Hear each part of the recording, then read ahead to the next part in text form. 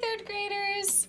So I figured out how to get my phone to take a video this way with it being dangled from above. So growth mindset, guys. Couple Google searches and I figured it out. All right, so today we are going to talk about a few additional tricks for the treble clef. So the first thing I'm going to do is draw 5 lines again to make our staff. I was so impressed with all the work you guys sent me on the treble clef. It just makes me so excited to see in person how well you're doing. And today I think I'm going to get a better idea of how you're doing it. All right, so now I'm going to draw my treble clef. Going to make my hook, my half circle, other half circle, swirl it. Make sure that dot is right there on that second line. Notice it's on the second line and it also went through that line. I saw a couple where the dot was like right here, kind of a little off. So we're just trying to make it, improve it every single time that we're making a treble clef. All right, so we learned the tricks for the spaces, which was that spaces spell face. And then you learned the tricks for the lines, which is every good boy Bob does fine. Now there's 3 more notes for you to learn today, and these notes are kind of weird because they're going to be kind of on the outside of our staff. So we can actually put notes on the top or on the bottom, or we can really just go crazy. And if a composer wants and they want notes that aren't on the staff, they can just start adding lines and putting notes on them. So you could have a note all the way up here. Maybe the composer's like, woohoo, let's just really make this an awesome note. And they add a bunch of lines and put it there. Those are options. So I'm gonna teach you the tricks for these 3 notes because those are gonna be the most common ones. And then I'll briefly show you what to do with a note like this as well.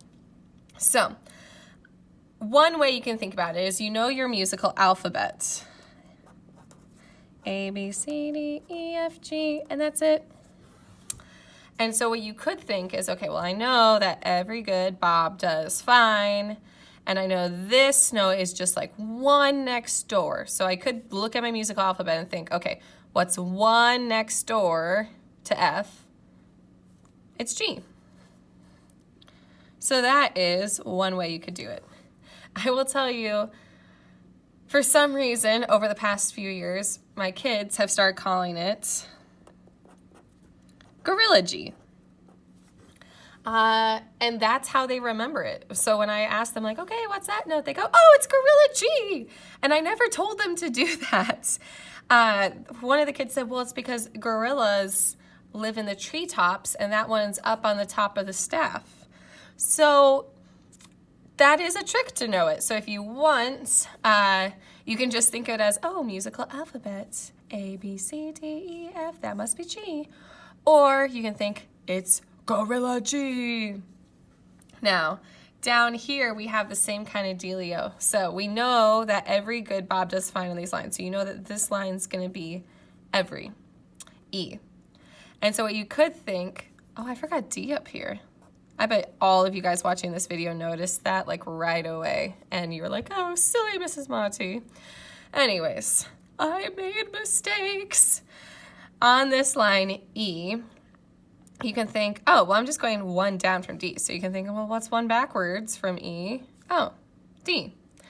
Or once again, I will tell you the funny story about dangling dog D. And it's simply that my very first time ever teaching treble clef, ever, 5 years ago, it was back in Iowa. I was teaching the kids spaces spell face, and at the time, Bob wasn't our special friend in the music room, so I said, every good boy does fine.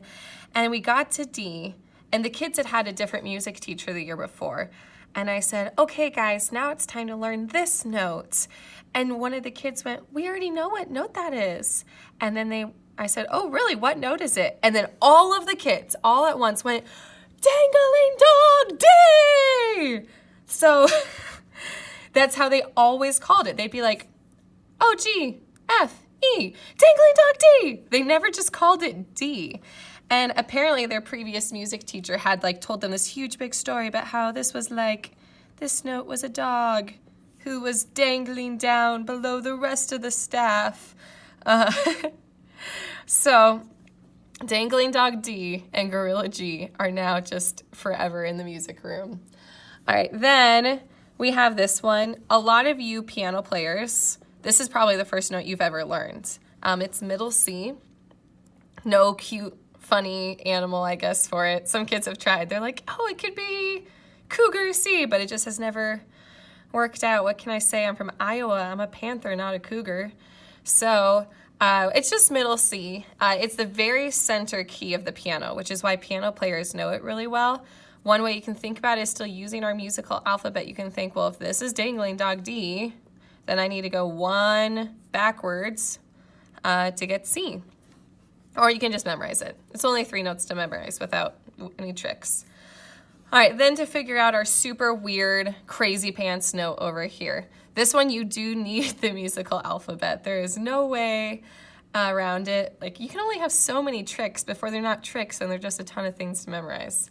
So what I do is I find a note that I for sure know really well. So it might be Gorilla G for you. It might be E if you're like, well, I really know spaces spell face. So F-A-C-E. Try to find the note that is closest to it that you're comfortable with. So I'm going to use G, Gorilla G right here. So I know, okay, this is Gorilla G. And then I'm going to use the musical alphabet. So since we're at G, we got to go back to the beginning. And I'm just going to hit every line in space. So it's A, B, C, D, E. So that note's an E. And that's kind of how you have to figure out those notes. Now I'm going to make one more staff. I'm going to do it kind of fast, so it might not be the most beautiful of staffs. Can't believe I forgot how to spell the musical alphabet. I'm going to make my treble clef. I'm going to make this one a little faster this time. Notice it's not as perfect or beautiful as that one, but not everything's perfect. And I'm just going to make a bunch of notes so that we can practice together before you go do this by yourself. Oh, I forgot to do like a crazy one. Let's make a crazy one. All right.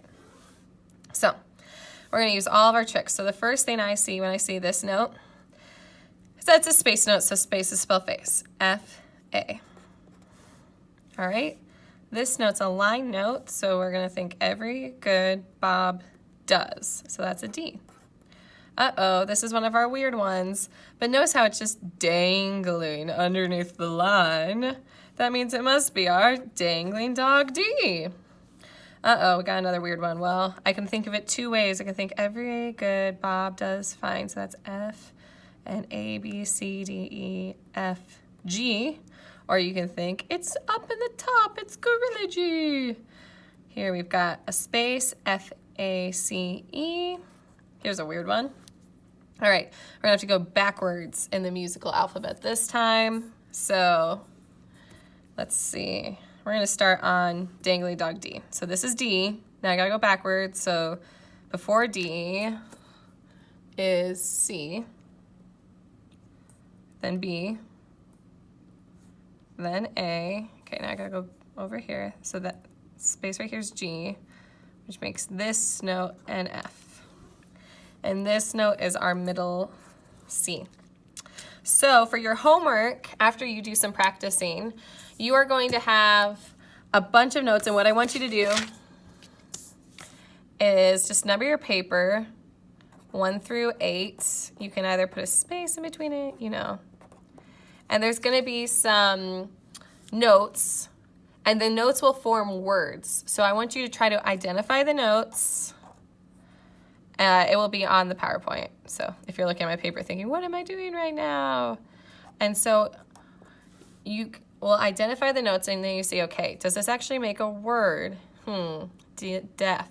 Deaf is a word. It's all English words with the exception of one in there is kind of an English/French word, but you guys will be able to recognize it. So there are all of your tricks. That is all of the treble clef things to do. Have fun.